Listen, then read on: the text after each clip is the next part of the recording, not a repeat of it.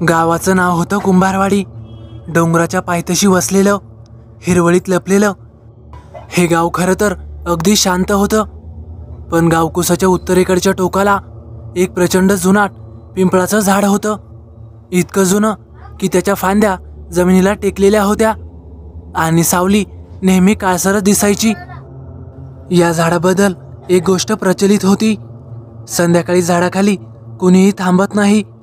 लोक म्हणायचे, झाडाच्या सावलीत एक मुक्त न झालेली आत्मा वावरते, जी दिवस मावळला की जागी होते. गावातल्या लोकांनी ऐकून ऐकून ही गोष्ट डोक्यात बसवली होती. कोणी खरं पाहिलं नव्हतं, पण कोणी कधीच प्रयत्नही केला नव्हता.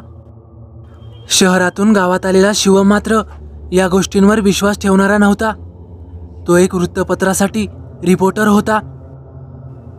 त्याने गावात काही दिवस राहून लेख लिहायचं ठरवलं.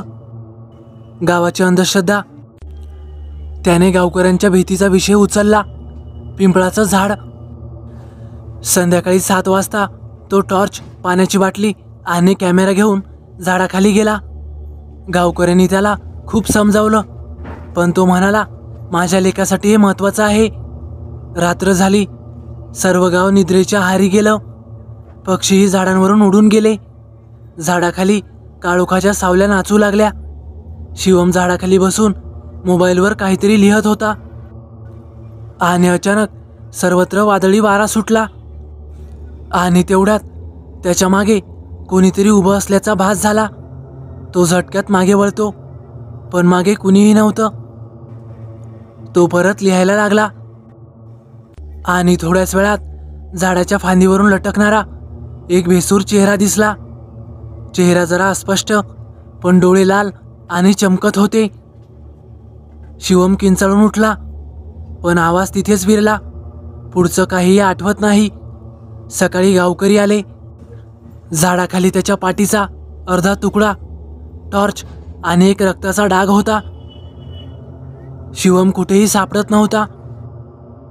पोलीस आले, शोध घेतला, पण शिवम कधीही सापडला नाही. आता जवळपास 5 वर्ष लोटलीत आणि आता पुन्हा श्रावणी नावाची एक पत्रकार डॉक्युमेंटरी बनवण्यासाठी त्या गावात आली. ती विज्ञानाच्या आधारे अशा कथा उलगडायचा प्रयत्न करत असे. तिनेही झाड पाहिलं आणि शिवमच्या कथेने ती हादरली. ती म्हणाली, या झाडामागे काहीतरी शास्त्रीय कारण असावं.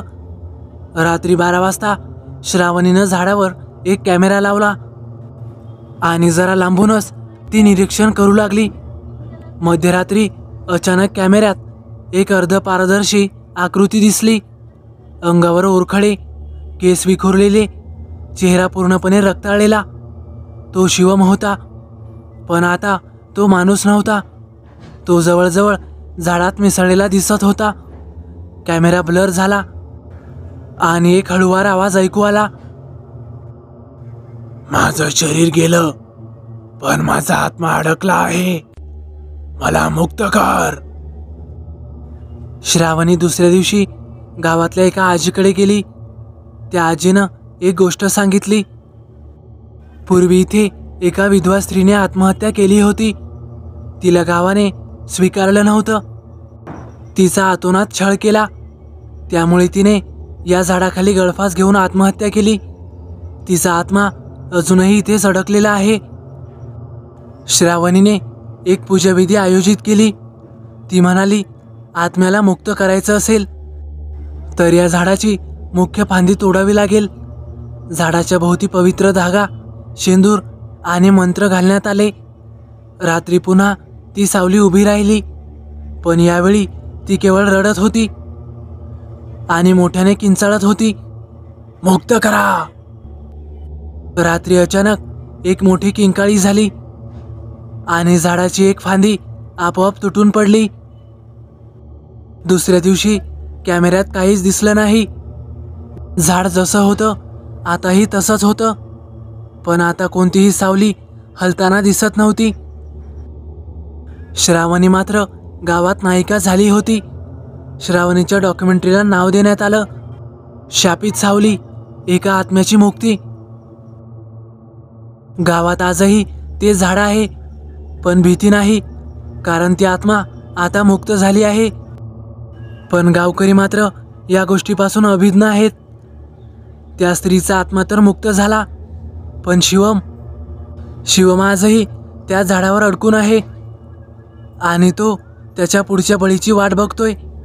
आता तो बळी कोण ठरणार हे त्यांनाही माहीत नाही. तर मित्रांनो, कशी वाटली तुम्हाला ही भयकथा? आवडल्यास नक्की लाईक करा, कमेंट करायला विसरू नका. आणि हो, आपल्या चॅनलला सबस्क्राईब केलं नसेल तर नक्कीच सबस्क्राईब करा आणि बाजूला येणाऱ्या बेल आयकॉनलाही दाबा, जेणेकरून भविष्यात येणाऱ्या व्हिडिओज मी आपल्यापर्यंत पोहोचवू शकेन. तर चला भेटूया पुढच्या व्हिडिओत. धन्यवाद.